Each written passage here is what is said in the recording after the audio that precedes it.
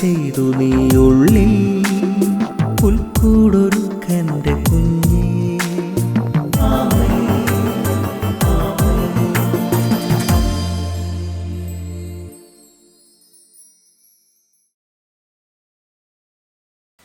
പ്രിയപ്പെട്ട സഹോദര, നാളെ ക്രിസ്മസ്. ഉണ്ണിമിശിഹായോട് ഞാൻ ചോദിച്ചു, അങ്ങെന്തിനാണ് ഈ മരം കൊച്ചുന്ന തണുപ്പത്ത് പിറന്നത്?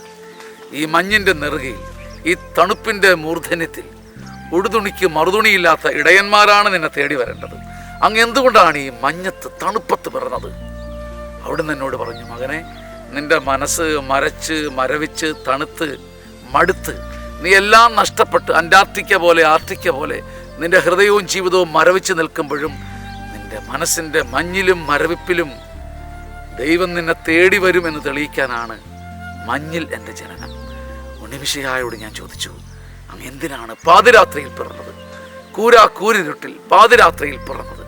അവിടുന്ന് എൻ്റെ മിഴികളിലേക്ക് നോക്കി പറഞ്ഞു, മകനെ, നീ മനസ്സറിഞ്ഞ് മനഃപൂർവ്വം പാപം ചെയ്താലും നിന്റെ പാപം വഴി ഉണ്ടാകുന്ന പാതിരാത്രിയിലും നിന്നെ ഞാൻ ഒറ്റപ്പെടുത്തില്ല എന്ന് പറയാനാണ് പാതിരാത്രിയിൽ എൻ്റെ ജനനം.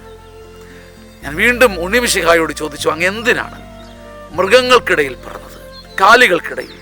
അവിടുന്ന് പുഞ്ചിരിയോടെ എന്നെ നോക്കി പറഞ്ഞു, കുഞ്ഞെ, നിനക്ക് ചില മൃഗസ്വഭാവങ്ങളുണ്ട്. ആർക്കും ചേരാനാവാത്ത, ആർക്കും മനസ്സിലാക്കാനാവാത്ത ചില മൃഗസ്വഭാവങ്ങളുണ്ട്. ആ മൃഗസ്വഭാവങ്ങളുടെ ഇടയിലും നിന്നെ ഒറ്റപ്പെടുത്താതെ ഞാനുണ്ട്, നിന്റെ ദൈവമുണ്ടെന്ന് തെളിയിക്കാനാണ് കാലികൾക്കിടയിൽ എൻ്റെ ജനനം. എൻ്റെ കർത്താവേ, നിന്റെ ഈ വാക്കുകൾ ഒരു ജന്മം മുഴുവൻ ജീവിക്കുവാൻ എൻ്റെ ഹൃദയത്തിന് ശക്തി നൽകുന്നു. ആമേൻ. ആമേൻ. ആമേൻ.